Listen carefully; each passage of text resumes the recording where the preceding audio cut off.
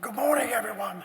It's enormously gratifying to see such a good turnout, particularly as I know many of you have come from far afield and made a big effort to be here.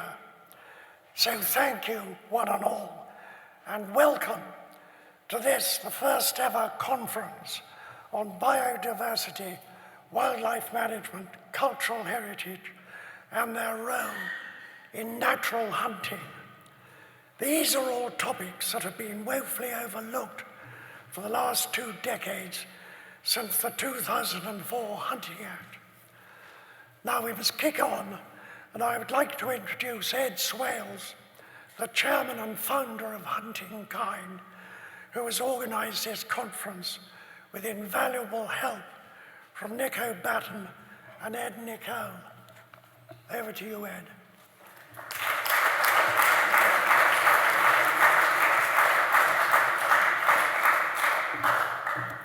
Thank you, Sir Johnny, very much indeed. Good morning and welcome, everybody. Thank you so much for your incredible effort and lack of apathy in being here. Probably one of our biggest enemies is apathy. So I'm delighted to see you all to what probably is the opening meet of Hunting Kind in this season. We're 4 years in. We've had a good run up and down the country to various village halls, eating cakes and pies, which is probably why I look like I do. But I'd like to get hunting at some stage. Hopefully from tomorrow, that window will appear. I thought I'd bring you here to listen to the speakers that I have had the pleasure of speaking to and listening to at conferences around the world over the last 5 years, because they've inspired me to realize that we do have a good case to protect what is currently legal and to aim for building the case for the restoration of what it is that we have lost. So I won't introduce the speakers other than to say it's from a smorgasbord of scientific, veterinary, anthropological, legal, political, and cultural heritage. And I think within that somewhere, there are the possibilities of us getting what we would like to see back in rural Britain. I'm just going to read you very quickly, and then I will go away and leave it to Charlie Jacoby. The protected belief, as stated as a protectable belief under the Equality Act 2010. And I have to read it, it's my belief, but I have to refer to what it actually says and get it right. And it is just as simple as this. The countryside of the UK has been farmed and managed for thousands of years based on sharing space and sustainable coexistence with animals. Humanity has a responsibility of stewardship towards the countryside and for sustainable wildlife management. Natural and traditional hunting with animals for pest control and wildlife management is sustainable, ecologically sensitive, naturally selective, and humane. So I am bursting, as you can tell, with hope and optimism because I know what I think we are looking at, and the trick is as to how we can all work together and get that forward and actually stand up for our beliefs. Simple as that.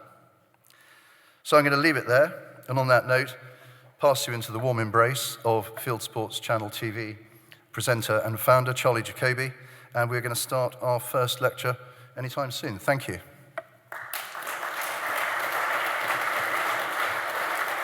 Thank you, Ed. Thank you, Sir Johnny. It's absolutely brilliant to share a stage with a national treasure and a treasure in waiting over there. What's today all about? I hope you're going to hear a lot of things you probably agree with, but it's going to improve your vocabulary about how hunting as part of cultural heritage takes place all over the world. And why is that important today? Because we have a backdrop. We're sitting here in the shadow of Westminster. Over there is a Labour government that's shuffling towards a kind of hard left cliff edge, and it's about to swan dive onto the jagged rocks of animal rights below. And we, the country people, are going to have to pick up the pieces, as we always do, in our law-abiding and tolerant way. So, after you've listened to this, please be more informed, and above all, please remember that when the boss of the Wildlife Trust, referred this morning to the nature economy. He's referring to the 12 weeks of the year when the ramblers and the bicyclists take over our national parks. We are the other 40 weeks of the year. We are the majority. And on that note, please can I welcome onto stage David, Dilys and Nick, and I will give them individual welcomes once they're up here. Ladies and gentlemen, David, Dilys and Nick.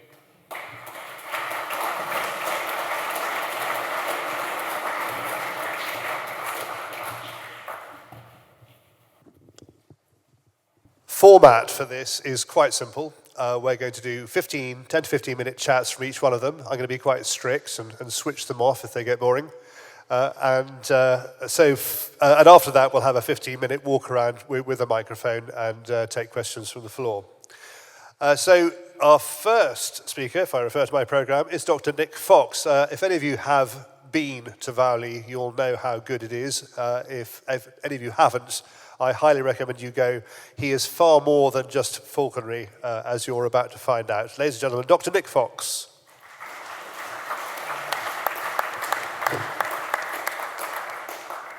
Thank you, Charlie.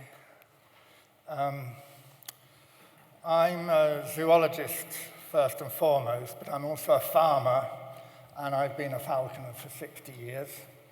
I was also involved with the battle that we had and which we lost for the Hunting with Dogs Act.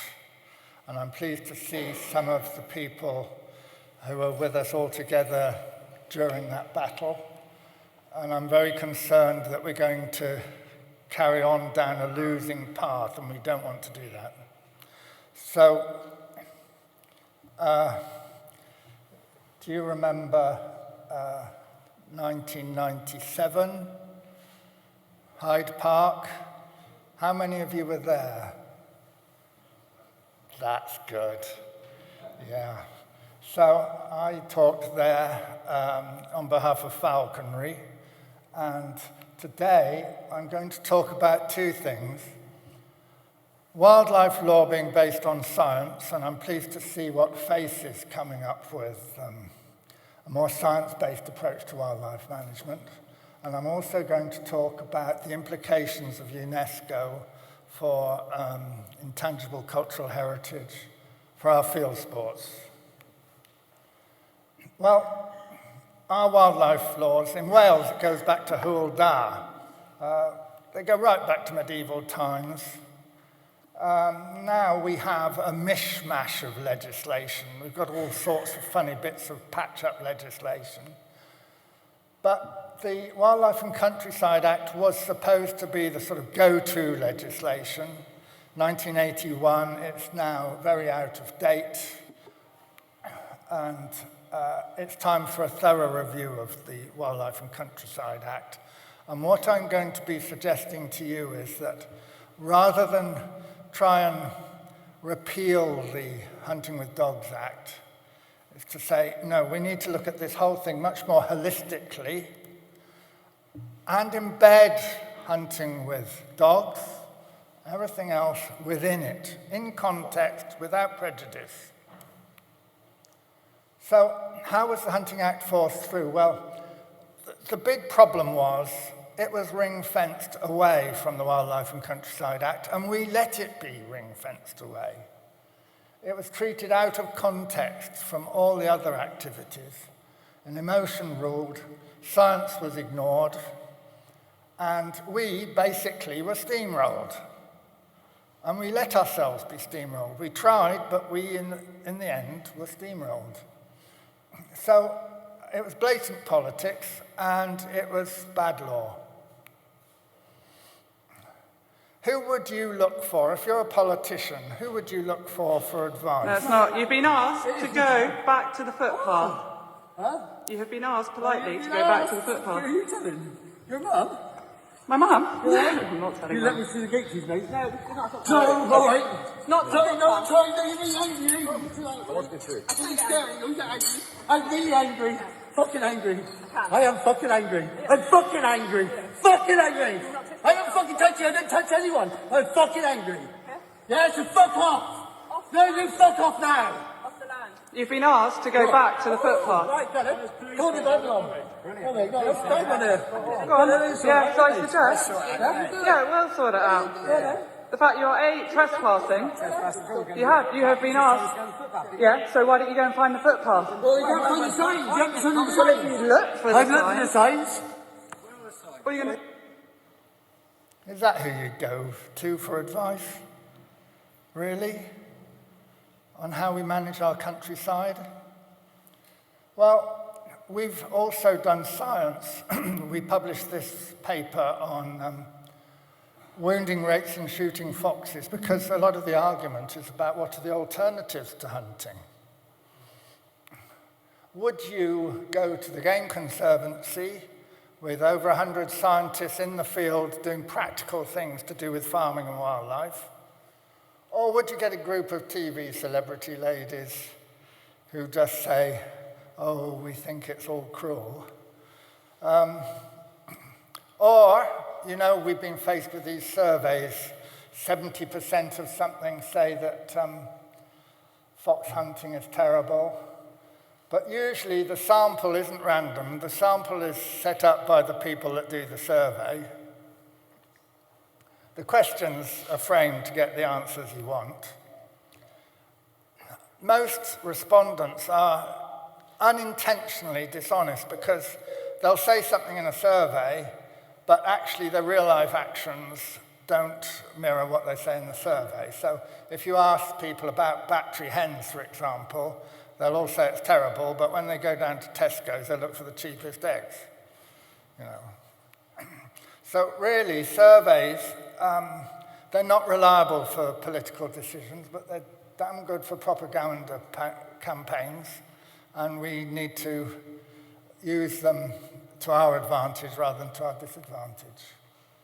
Most of the information I'm going to give you now is from this book, which I think we have some for sale here, if you want to get into sort of more nitty-gritty. So let's look at the whole thing in context. If you look at the different ways in which wildlife are killed, and these data are from before the ban, when we were fighting the ban, can you see the gaze hounds, scent hounds, and terriers there? Well, actually, you can't, because they're so small a slice of the pie that they don't really show up. The big bit is the cats. So why is everybody hammering us who are into hunting and not looking at where the real welfare issues actually are? Is it really about animal welfare? Or have people got a hidden agenda? Does it duplicate what's already in the Welfare Act 2006, which came in after the Hunting Act? And what welfare standards are we hoping to achieve? I mean, everybody says something's cruel, but what are our benchmarks?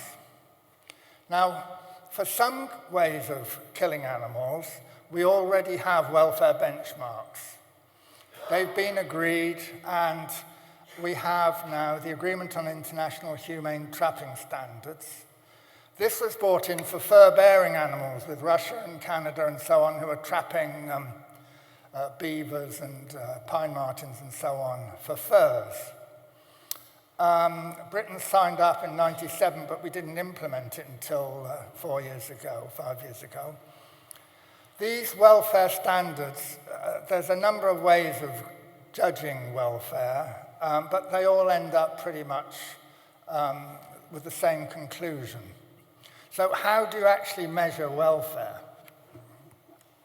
Well, we're using 6 criteria, all right? Now, these criteria, natural selectivity means, are you killing the diseased, the ill, the old, the infirm first rather than the healthy ones? Is there a degree of selection going on? Legal selectivity means, are you killing the animals that you're legally allowed to kill, Or do you have a big bycatch, as we have with a lot of commercial fisheries? You know, supervision by humans, is somebody there while this is going on? Or in the case of a trap, how long before somebody has to come and release the animal from the trap? Pre-capture pursuit interval is how long is that animal being chased? Now, a lot of people who are not familiar with hunting think that hounds, scent hounds, as distinct from sight hounds, are just finding a fox and they just see it and chase it all across the country for miles and miles through everybody's back gardens and so on. But obviously, you know, if you're hunters, you know that what the hounds are doing is, first of all, they're finding the scent of a fox. They're following a scent line. And they're not pursuing the fox. They're only pursuing the fox when they get up close enough for some of the hounds to actually see it and physically chase it, abandoning the scent but just chasing it. That's what we call the pre-capture pursuit interval, the time when they're actually chasing the fox or the hare or whatever it is. The catch-to-kill interval is how long it takes it once you've caught it before it's dead. Okay? And with these international standards, they're saying 3 minutes. Maiming speaks for itself. How many do you leave out still alive? So when we take these criteria along the top here, and we look at some of the activities which I showed you in the pie graph, the bits in red don't pass the standards. The bits in green do. Now, this is from the best information we can get, but bear in mind that you have to, when we say, for example, what can we take? Say we take scent hounds, for example, or sight hounds. A rabbit, you are not going to get a 10-minute chase on a rabbit because it will be down a hole as quick as it can. It's got white muscle, it's a sprinter. A red deer, on the other hand, can quite easily be chased for a lot longer, you know, maybe an hour or more, before any signs of distress are incurred. So you have to look at the actual activity you're talking about and put it into your welfare benchmarks. For shooting, for example, some have a high wounding rate and some don't. It all depends. But each of us, because I'm a conservationist and a welfarist as well as a hunter, look into what you're doing and can you actually improve the welfare for the hunted animal and everybody that's participating. So when you look at that, well, gaze hounds and scent hounds come out pretty well. Some of the others don't, and the book goes into more detail. With cats, the big part of the pie graph, which everybody wants to ignore, it's the elephant in the room. No politician wants to touch it with a barge pole. The recent estimate is 800 million prey being killed, and cats bring in a lot, but we don't know all the ones they don't bring in. Of the ones they catch, 38 plus million are not killed at all. And so people take them to the RSPCA wildlife centres, who've looked after them, and they found that 78% have died within about 3 days. That's the level of suffering we're talking about with cats, but the politicians don't want to touch that. And yet, they're looking at hunting with dogs and putting it under a microscope. Also, with hunting, they're talking about vicarious liability for landowners. Well, you've got no choice. If cats can come and hunt on your land, do what they like, it's all right for them, but not for the dogs. So the Hunting Act only addressed gaze hounds and sight hounds. It excluded deliberately the other methods, and we let it. It ignored the welfare benchmarks altogether. They just said, oh, it's cruel. It didn't have any benchmarks of welfare, and no wonder it's discriminatory. So we can see where the real welfare problems lie, and how big the problem is, and where our starting point should actually be. Times have changed, though, since the Hunting Act. It couldn't be passed now, insofar as the RSPCA data show welfare issues. We also have the Equality Act, and basically what we really need to do is get a fresh look at the whole thing, review the Wildlife and Countryside Act. So the RSPCA are also calling for a review of the Wildlife and Countryside Act. But when they say they want it all together, they then go on and say, but we don't want hunting with dogs in a review. And if we let that happen, we'll be in the same trap that we were before. Ed's already talked about the Equality Act, and sadly, at the moment, the Countryside Alliance are poo-pooing the whole concept. And it's a shame, really, that we haven't got the Countryside Alliance here basically running this conference, because we, as hunters, the Equality Act doesn't just apply to racial and religious groups. It is a cultural minority, which includes us, and it's against us being discriminated against. And we've allowed ourselves to be discriminated against. So how is hunting a cultural minority? Well, UNESCO set up a convention in 2003. Britain's only just signed it. There are 183 countries all in at the moment. I wrote the submission for falconry, and falconry's now been inscribed for 24 countries, and we're preparing our submission for UK. And this is us in Nairobi in 2010 when we got it passed, and we all leapt up and down. The Department of Culture, Media and Sports have tasked me to lead a community support hub for rural communities, because I've been in all of their meetings, and it was all about Notting Hill Carnival and culture and art and so on. And I said to them, well, what about country people? So much of our heritage is from the countryside and our rural past. So they said, okay, so we're setting up a rural pursuits hub, and that is going to be going public in the next 2 to 4 weeks. The minister is waiting to have a slot to do the press release. And it will include farming, field sports, boating, fisheries, everything rural. So ICH, just to quickly tell you what it's about, it's culture that we've inherited from our previous generations. It's intangible, as distinct from Hadrian's Wall, which you can hit. It's still alive. It's not a recreation. It's not reenactment. It can continue to evolve. Now that's important, because you could say that trail hunting is an evolved form of traditional fox hunting.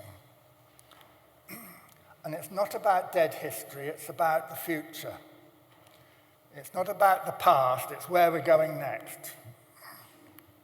Fishing, hedge laying, narrowboats, hunting, sheepdog trials, farming, rare breeds, fell running, equestrian activities, Norfolk wherries, ferreting, the whole damn lot of rural pursuits.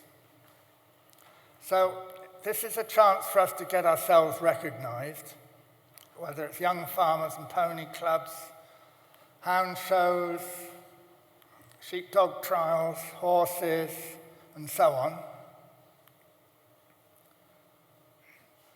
And it includes also our social activities, all the hunt balls, quizzes, all the things that we do, not just hunting. Do we want these people here? If this was at a synagogue or a mosque, would these people be allowed to behave like this? We can't have this going on, and we need to fight it. We need to sort this out, guys. We need to get respect for our cultural minorities. So, just to finish off, I don't think there's any point in trying to fight the Hunting with Dogs Act head on. What we need to do is to look at the whole thing in the round, a review of the Wildlife and Countryside Act, but get all of our activities within that and how we want it. So, thank you very much.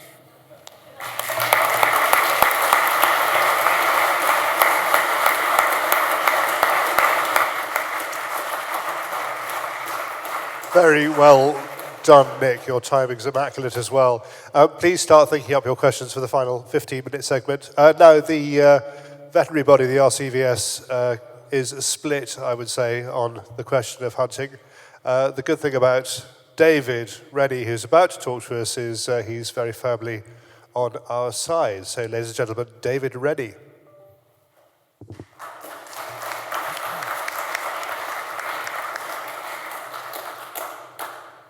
Thank you very much. Thank you for inviting me to speak to this audience, Ed. Charlie Jacoby had a word with me before we started, and he explained that his job was to make sure my talk was interesting. I didn't know how he was going to do that, but when I heard his warning about running out of time earlier on, I realized that he was trying to frighten me into making it interesting, and he would switch me off if I didn't. I'm David Renney. I'm a veterinary surgeon. I am the chairman of the Veterinary Association for Wildlife Management. We're an association of veterinary surgeons who seek to bring our knowledge and expertise to the hunting debate. You've got our leaflet on your chair. I hope you think it's nicely laid out. I hope you like the artwork. It was done by a very good little design agency.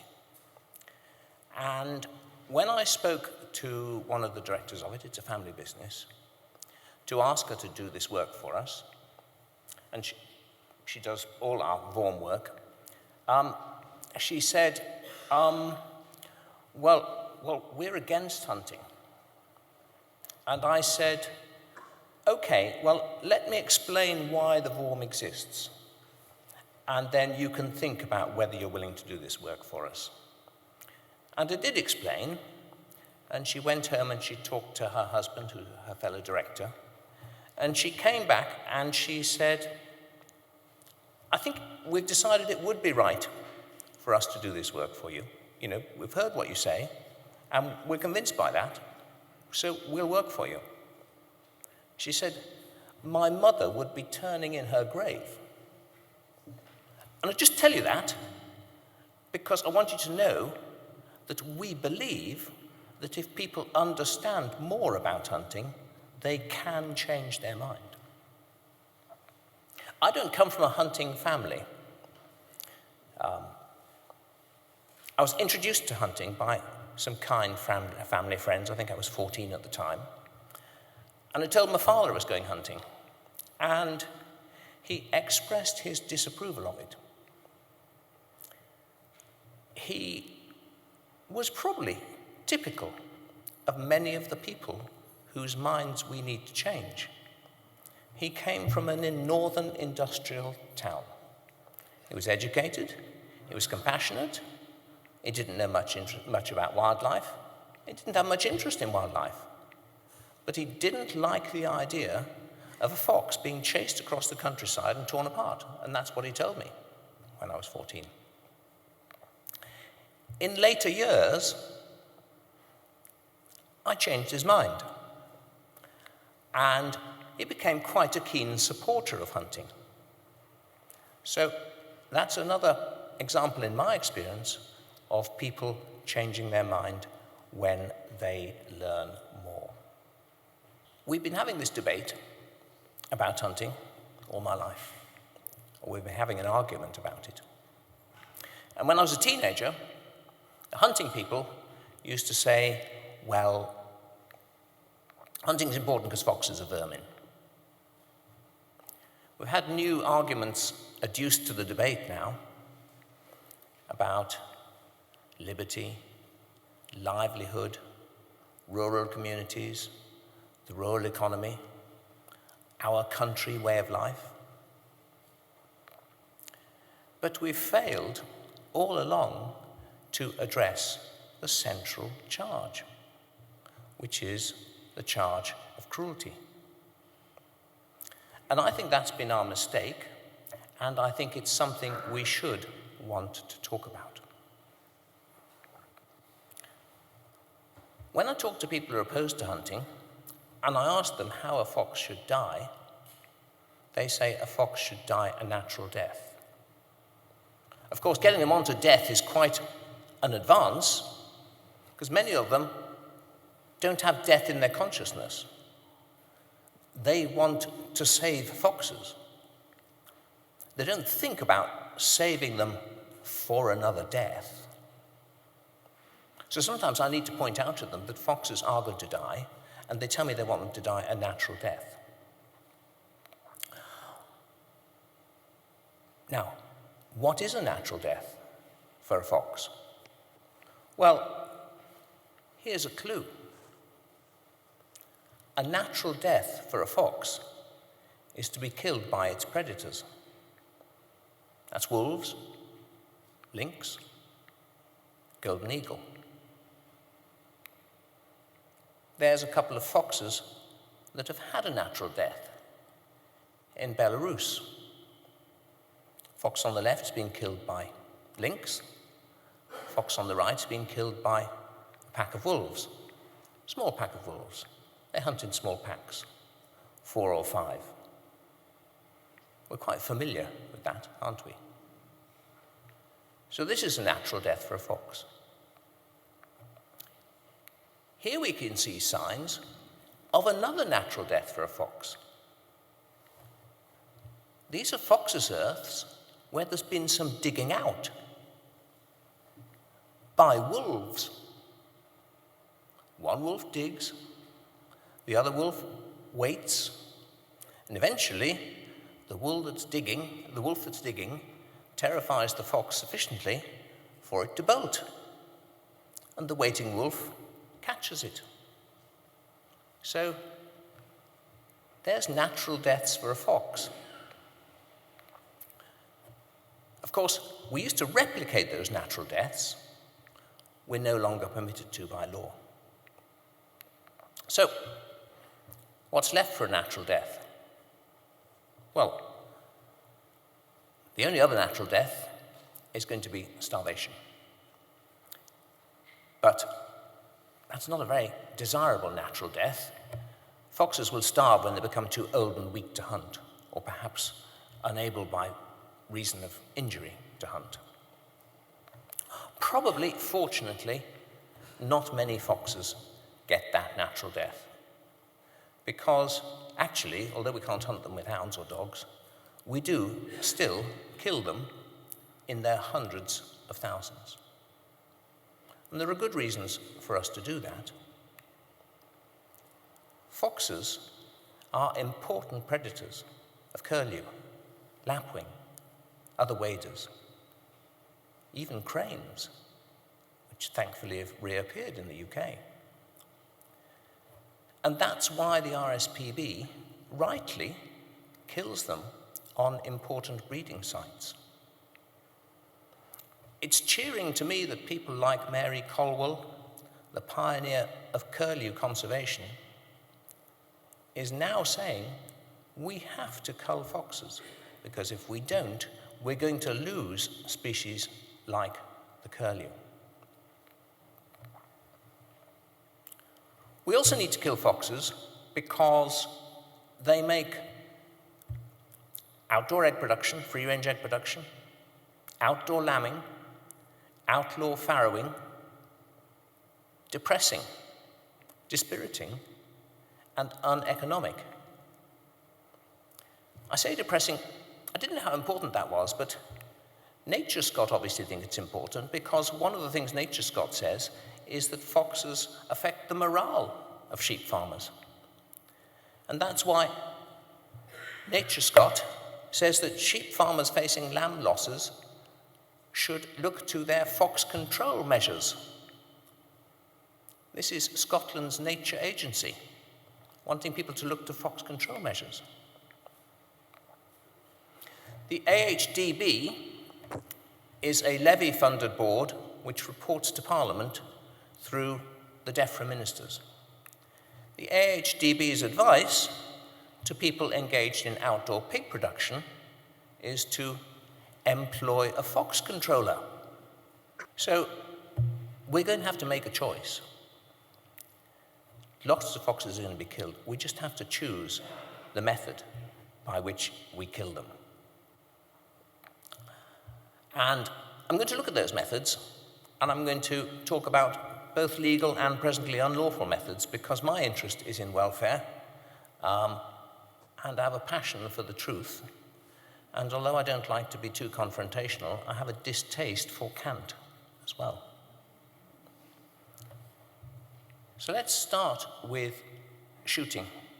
And Nick Fox has already shown you that he did that excellent study, which I really commend, of wounding rates in foxes subject to shooting.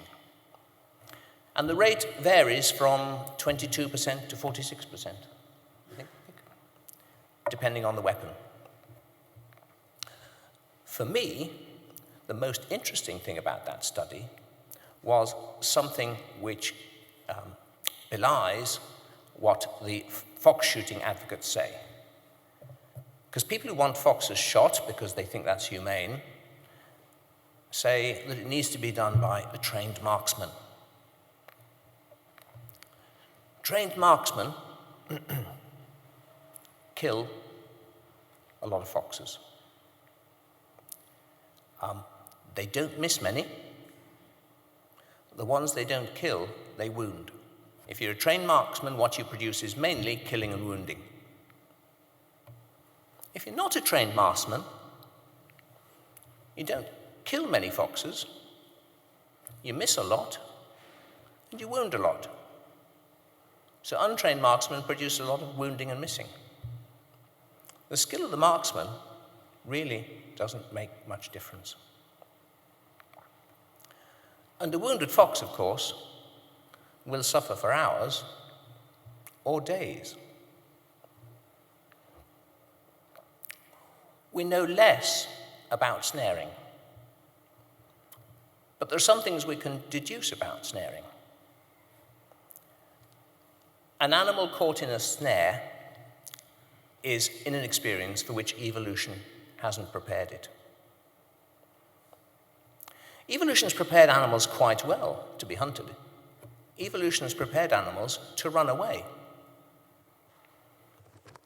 Evolution has prepared animals for being snared badly. Because there's a reflex called the withdrawal reflex. And if something grips your limb, you pull it away.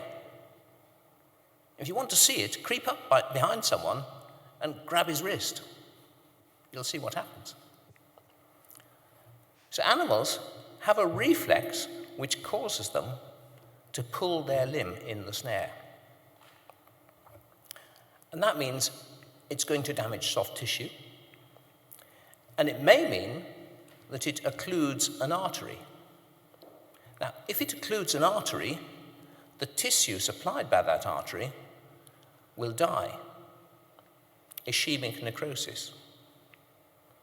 Ischemic necrosis is notoriously painful. How long will that be suffered?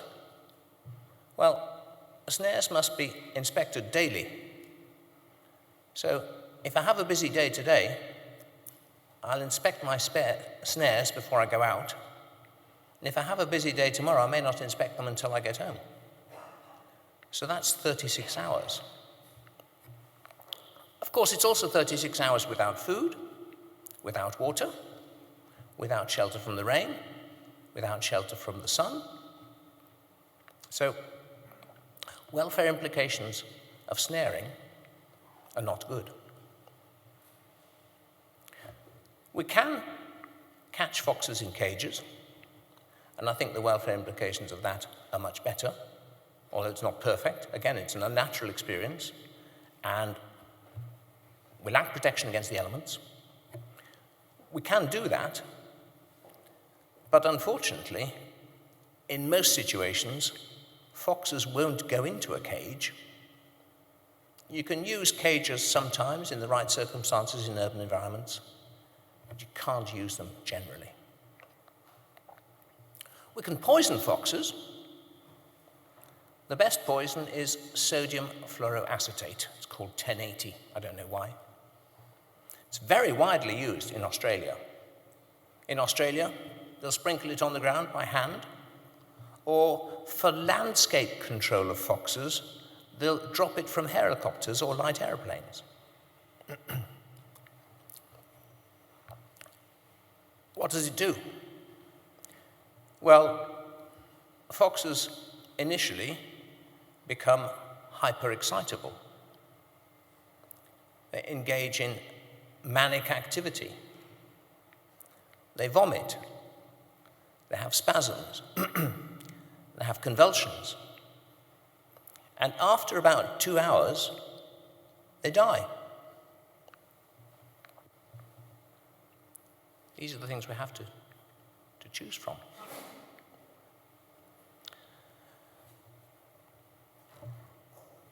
I don't want any of these methods, ghastly as some of them seem to be unavailable in the right circumstances. Australia is the home of animal rights. Peter Singer's Australia gave us animal liberation. Australia is a very woke country. In most of Australia, steeplechasing is unlawful. And yet, poisoning foxes with 1080 is an everyday, routine practice in Australia. I don't want to lose curlew and lapwing from Great Britain because we've been unable to snare foxes that are their predators. But what I do want is for everyone to know that these are the methods we have to choose from, and in respect of hunting with dogs or hunting with hounds, I can't find any welfare disadvantage. So that should always be our first choice where it is practicable. David, you need to wrap it up. I'm coming to my last paragraph. Wonderful. Which is to say that it may seem a little surreal that we are at this meeting and I'm talking about fox hunting, Nick's talking about fox hunting, at a time when the debate is about trail hunting. Now, I'm very happy for protagonists for trail hunting, defenders of trail hunting, to pursue their sport. I'm very happy for them to show their sport to others. I'm very happy for them to show that they don't hunt foxes. That's all fine. It's good. I support all that. But there is a trap for us in this debate. And the trap is that by supporting trail hunting, unless we're very careful about how we do it, we give credibility to the Hunting Act. I received an email about trail hunting a little while ago in which I read that in trail hunting, no foxes are killed or injured. I don't think that was a good thing to say. That's the trap we have to avoid. So, despite the importance of focusing a debate on trail hunting, I think right now we should be starting to make up for our failure, which has persisted through my lifetime, of explaining to people that hunting with dogs or hunting with hounds is natural and it's humane. Thank you.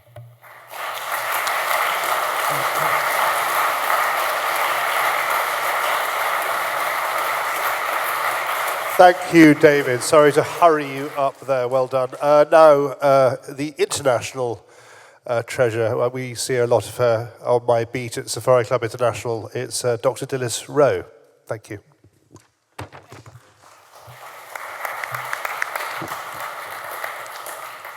Thanks very much. My name's Dilys Rowe. I'm a conservation scientist. I work for a sustainable development think tank here in London, and I'm also involved with the IUCN Sustainable Use and Livelihoods Specialist Group, which is an international network of 300 wildlife management professionals. And I'm talking about trophy hunting today, which might seem odd given that the main focus of this meeting is on hunting with dogs in the UK. But the reason I'm talking about it is that there are many issues in common relating to conservation impacts, cultural impacts, welfare, and ethics. And it's also an issue that the UK government is exercised about. Both Tory and Labour governments have been trying to ban the import of hunting trophies for the last few years. So far, they've failed through various government bills and private members' bills, but it's an issue that's not going away. But many of the arguments in support of trophy hunting are very, very similar to the arguments that we've already heard today about hunting with dogs, and yet it's not something that the UK hunting community has engaged with at all, and something that I really think they ought to. So just to start, just as a reminder of what trophy hunting is, I think the first thing to point out is that it is a legal activity that happens as part of a managed programme. It's quite often deliberately conflated with poaching and illegal wildlife trade, but it's actually a completely legal activity. It happens in managed environments, and it's a form of recreational hunting, but it overlaps with management hunting, so quite often trophy hunting is employed as a way of culling animals. It overlaps with commercial hunting because obviously a fee is paid, and there are cultural elements to it. But most people, when they think of trophy hunting, including people that think hunting in the UK is perfectly all right, think that it's an abhorrent activity because they think of images like this and they find them gruesome, and they are gruesome. But I want to show you some different images of trophy hunting. The first is an anti-poaching patrol completely funded by a trophy hunting company. The second is some rhinos in a hunting concession in Zimbabwe. This concession looks after most of Zimbabwe's rhinos. The rhinos bring in no money whatsoever to the concession. It's in a very remote place. There's no tourism there. You can't hunt rhinos in Zimbabwe, and they cost a lot to keep because of the need to protect them from poachers. The $1.5 million a year that it costs to keep those rhinos is entirely funded by the trophy hunting of 16 lions. The photograph here on the far side is showing you the difference in landscape between a hunting area and an area that's no longer conserved for hunting and that's been converted to agriculture. And it just shows you the deforestation and the habitat loss that occurs when an area is no longer financially viable and there's no incentive to keep it for conservation. And finally, the table shows you just a snapshot of a number of different countries in Africa that shows you the extent of land that's allocated to hunting compared to the extent of land that's formally set aside for conservation in the form of national parks. And you can see that quite often hunting areas far exceed the amount that the government can afford to formally conserve through national parks. Just a couple of other diagrams. These all show upward pointing curves. Normally we know that biodiversity loss is happening on an unprecedented scale, and all the curves we see for pretty much populations of every single species show a downward trajectory. Here, the two in the top corner are for black and white rhino in southern Africa, and they show a steeply upward bending curve The point in the curve occurs when legal trophy hunting was introduced for these populations. The multicolored bar chart at the bottom shows you what happens when you have trophy hunting of various wild goat species in Asia. So these are markhor, ibex, and so on. And this final graph showing Kenya and Namibia just shows you the contrasting fate of wildlife populations in two countries, one which allows trophy hunting and has it as a fundamental part of their conservation program, and another in which it was banned in the 70s. In Kenya, it was banned, wildlife is declining. In Namibia, it's a vibrant industry, wildlife populations are really, really healthy. It's not to say that trophy hunting is the cause of this, but just to say that clearly trophy hunting isn't threatening these populations in Namibia. It's often perceived as being a sort of an African activity, a colonial relic, but actually trophy hunting is incredibly widespread, happens around the world, but just might not be called trophy hunting in many places. But if you go back to what actually defines trophy hunting, that it's a legal activity, that hunters are after animals with particular traits, that it involves low offtake, and it quite often involves a hunter paying a fee, then this happens across the world, and it involves a huge number of species. So we identified in a study that we're doing for IUCN over 250 mammal species that are legally trophy hunted. But most of these, according to the IUCN Red List, are of least concern. One of the myths about trophy hunting, one that's perpetuated by animal rights organisations, that it is driving species to the brink of extinction, if not causing species to go extinct. We looked at the IUCN Red List. For those of you that aren't familiar with this, this is an index of species, and it gives them a category of conservation threat from least concern up to extinct. And it shows that the species that are considered to be threatened are those that fall into endangered, critically endangered and vulnerable categories. And as I said before, most of the species that are trophy hunted fall into the least concern category, so we're not bothered about these, there is no danger of extinction. And even for iconic African species that fall into the threatened categories, if you look at the IUCN Red List and you read what it says about what is threatening those species, it's not trophy hunting. It's issues around poaching, habitat loss, and human-wildlife conflict. That's not to say that it's all good. There are problems associated with some species, so it can be a pressure on some populations of some species, particularly infanticidal species, so where if you kill a male, another male will move in and kill the cubs of the female, so lions and leopards in particular.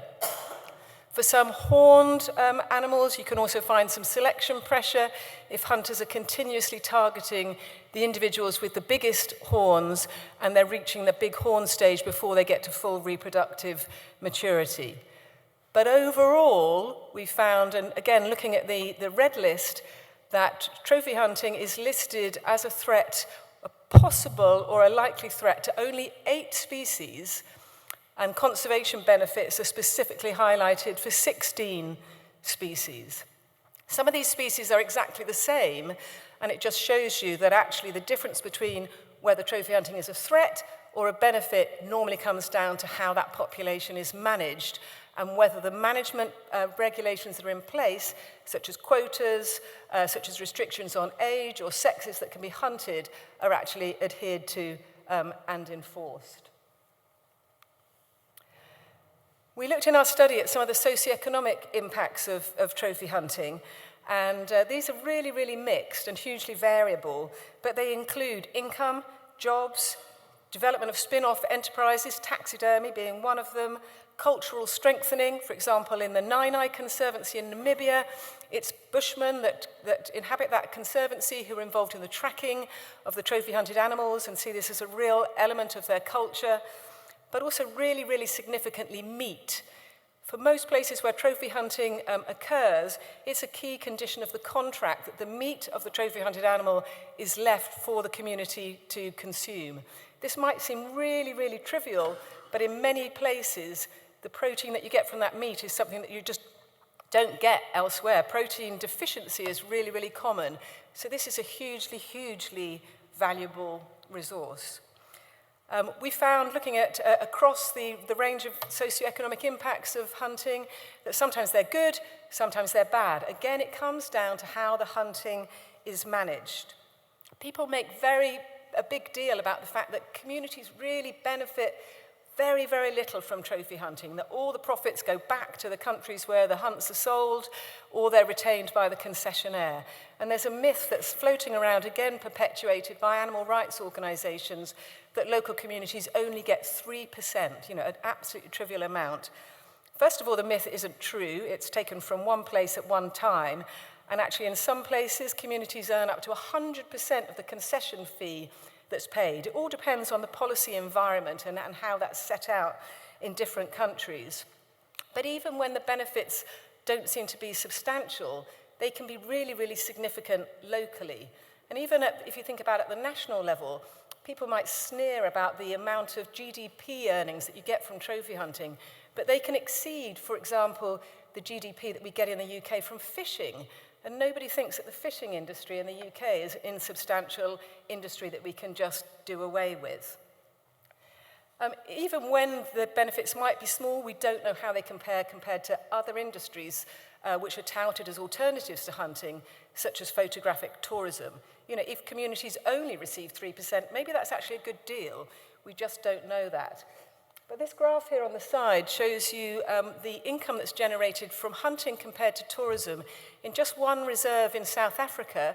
This is the Timbavati Reserve, and they found that it took 21,000 tourists per year to generate 50% of their income, compared to 21 hunters per year generating 30% of their income. So hunters per capita spend much, much more money than tourists, and obviously the overall environmental impact of having that fewer people, that much less infrastructure, that much less demand on water and flights is massively significant.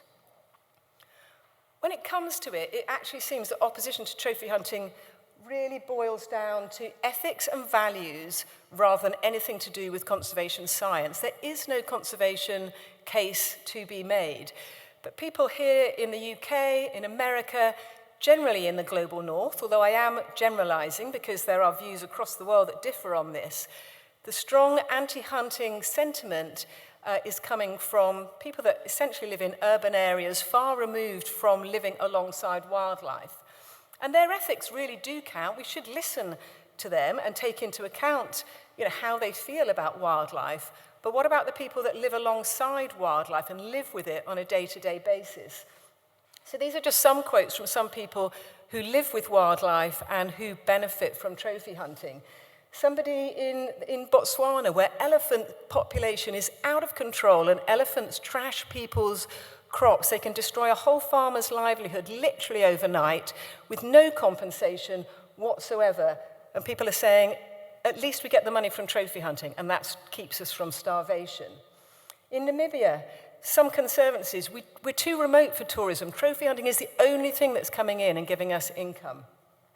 And here in Canada, where the trophy hunting of polar bears has hit the press recently, Canadian Inuit saying, it's for us to make decisions about these species. We're the ones that live with them. They're part of our cultural heritage, not for people that live far away to make these decisions. And then what about animal welfare? Again, as it is with hunting with hounds here, the celebrities, who are largely those that are behind these campaigns to stop hunting, highlight that this is a cruel trade, so they make the argument on an animal welfare basis. But this is an alternative. If people don't get any benefit from having wildlife on their land, and think in Africa in particular, a lot of the species that are hunted are very, very dangerous animals that you would not want in your back garden. They kill you, they kill your children, they kill your livestock. If people don't get any money or any benefits from that wildlife, they go out and kill it. And they kill it in horrible, horrible ways. Poisoning, snaring, spearing. So is this better than having trophy hunting? Or a natural death, as we heard earlier. This is a starving elephant in Madikwe National Park in South Africa, where again, elephant populations are out of control, hunting's not permitted, and elephants are starving. Is this better for animal welfare? Oxford University have recently been doing a study looking at the welfare of different types of killing of animals. And they looked at gun shooting and bow shooting, which are the two normal types of shooting associated with trophy hunting, and then looked at snaring, spearing, poisoning, starvation, and predation. They did this through sort of expert assessments of the welfare impacts. They looked at the levels of suffering before death and during death, and they came up with an index for each of these. And the results here, just for lions, show that there was far less suffering from gun shooting and bow shooting than there were from any of the other kinds of deaths, particularly snaring, poisoning, and spearing. So the ones down here in the green, 1 and 3, are the optimal gun shooting and optimal bow shooting. Obviously, there's difference if you've got poorly trained marksmen and the shooting isn't quite so effective and targeted. So this graph here shows the difference. Sorry, this one shows the difference between the kinds of deaths that attract public attention, i.e. those associated with trophy hunting, and the other kinds of deaths that can happen, so snaring, poisoning, and so on, that happens in communities where they don't have income from trophy hunting or other sources. And this graph shows the difference between optimal gun shooting and poor gun shooting and poisoning. So you can improve poor gun shooting and improve the welfare aspects associated with it. There's nothing you can do about poisoning. It's always going to be a slow and horrible death. So there is possibility for improving the welfare associated with hunting and limited possibilities of proving it that's not associated with this. In a study that we've done looking at trophy hunting, the overall recommendation that we come up with is rather than throwing the baby out with the bathwater and going along with the celebrities and going along with the campaigns and going along with the politicians and banning trophy hunting, what we should really be focusing on is how do we get rid of the bad practice and improve the good and make sure that trophy hunting really does reach the standards that we expect of it. And we framed this around a sort of an ESG, environmental, social, and governance framework, very familiar to businesses, corporations around the world, and reckoned that we should only really endorse hunting that can demonstrate that A, it makes a positive contribution to conservation, so it's good ecologically. B, it makes a positive contribution to the people that live with wildlife, so it's good from a socioeconomic perspective. C, that it demonstrates good governance, it's well managed. And all of these things should feed into an adaptive management cycle where if you see something bad that's going on, you see populations that are declining, you alter your management practices and you factor that in and make sure that you improve that. So overall, we should go for responsible hunting and encourage that and forget about all of this, this discussion about banning hunting, because the fear is that this will actually do far more harm than good, both for conservation and for communities, whether it's trophy hunting in Africa or elsewhere, or hunting in the UK. I'll stop there, very cognizant of time, but just wanted to acknowledge JAMA Conservation and Communities who funded the research we've done on this, and a bunch of contributors from Oxford University and elsewhere who've inputted into our study. Thank you very much.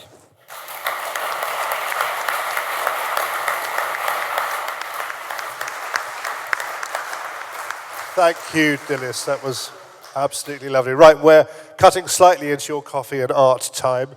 If you three sit there, there's a microphone on the table. I'm going to carry this microphone around. The rules are I hold the microphone and you can do the talking. It seems to me that one of the things we've learned is that our science on our side has moved on enormously in the 20 years since 2004. I think their side on their side maybe has not. What would anybody like to ask? Could you name the panelists you'd like to ask? We'd like to raise a hand if you'd like to ask anything. Okay, here we go. Hi, three really interesting talks, thank you. Dr. Fox, you mentioned the RSPCA welfare data, and I think you said that if that was available prior to the 2004 Hunting Act, it wouldn't have been possible to legislate. Can you go into that in a little bit more detail, please? Am I on? Yes. You are. Yeah. The RSPCA data I'm talking about was published by a team called Baker, and the data showed how animals that had been caught by cats suffered for long periods. And the point is, when we were fighting the hunting bill, as it was then, we tried to get across to them the question of animal welfare, but they were suppressing it the whole time. And you've got to look at it in the round. If this comes up again, oh, I'm sorry about this. Answer it. I'm sorry about it. It's Gary Barber, because we're having a joint meet in a couple of weeks. Sorry. So what I'm saying is things have moved on now, and we have more information about welfare and a wider perspective, and that's the arena we have to play this game in. The mistake we had forced on us was that we were ring-fenced hunting with dogs in a very narrow field, and even, as Ed will tell you, we tended to let it focus on fox hunting and a little bit about organized coursing. But of course, there's huge amounts of hunting going on with whippets and lurchers and all sorts of things. Informal, we have gun packs as well in Wales, which really never really come to the consciousness.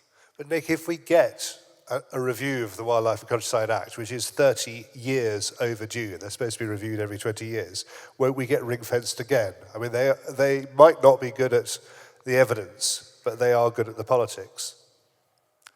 Yeah, I mean, we had a partial review a few years ago, and then it collapsed. But what I mean is, if we try and go for a review that includes the Hunting Act in some form, will we not be outmaneuvered again? What I think you answered is that we were outmaneuvered before, and that had we had the evidence, we might not have been. But won't we be outmaneuvered again? Isn't that a risk? Yes. I glossed over that bit because I was short of time, but Angus Nurse, at the request of the RSPCA, has published a report, or several reports now. If you go online and Google Nurse, you will see that they're calling for a review of the Wildlife and Countryside Act, but while they're saying they want it to be all-inclusive, they suddenly say, but not dogs. And you know why. Okay, look, let's leave it there. Anybody else got a question, please, at the back, coming to you now?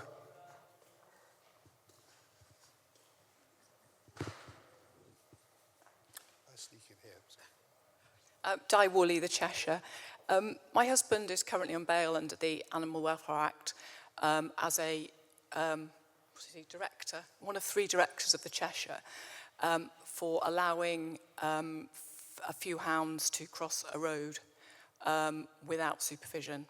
Obviously, we've got a great case against that, and we're currently employing a QC. But the punishment for this act is never being allowed to keep animals again, and 5 years in prison. And my husband's a farmer. We've had to put everything in my son's name. We've had to put the NFU insurance in my son's name, because he, being currently on bail, is not allowed to have insurance. It's all really dreadful, and it's something that I'm sure you're addressing, but I would beg you to please look at that act. It was under the... Anyway, I'll shush now, because I'm sure you know what I'm talking about. But it's quite a worry, so thank you. Shall we put that to Nick again, please? Nick, the punishment system we have at the moment, and we're noticing this in shooting as well, that we are being punished out of existence as well as legislated out of existence. The penalties involved in making a mistake in shooting, even the penalties we've learnt this week, we might have to have a £640 drugs test in order to get a shotgun certificate, which pushes the total cost up to nearly £1,000 for a shotgun renewal. I mean, this seems to be an incremental part of what the other side are doing to us.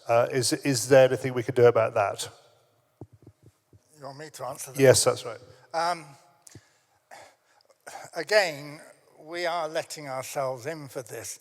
When it comes to dogs on the road, for example, unsupervised, okay, what about the cats on the road? What about I've had 24 cats on our farm from neighbours, killing whatever they like, whenever they like, and I can do nothing about it at all. And yet, dogs, you know, they're throwing at it. It's at us because it's a sideways go at hunting, basically. Okay, so Dilys, with your experience of government, are we going to get any leverage with this? Is this going to work as an argument on our side? I think, Charlie... That one's for Dilys. You want to answer? So my experience with government, and apologies if there are government people in the audience, is that everything happens on a political whim, to be perfectly honest, and it just depends what the public, you know, the voice of public opinion is saying at the time. I mean, again, just sort of thinking about the trophy hunting argument, when the Tory government first announced its plans to ban the import of hunting trophies, it did so on a conservation science argument, saying this was going to save 7,000 species from extinction. I mean, they got their 7,000 species figure from a list of species where this is regulated, and that included things like frogs, medicinal leeches, you know, all those things that you see in hunting trophies that are up there. It was just total nonsense. Now they're shifting to an animal welfare argument, and the person that's in charge of this is the Animal Welfare Minister. And again, it's in response to what's coming in from the campaigning organisations, who I have to say are incredibly well organised compared to others. And I think that's the main thing, that we lack unified voice, and we lack the volume of that voice, and we're generally uncoordinated in comparison to these campaigns that we see, which do drive government policy on these issues. That's lovely. It's all about voice. Look, I'm going to stop it there. You can enjoy your coffee and your art. It comes back to you to go and talk to your MPs about this stuff. So we'll be back here, please, at 12:10. Go and enjoy your coffee.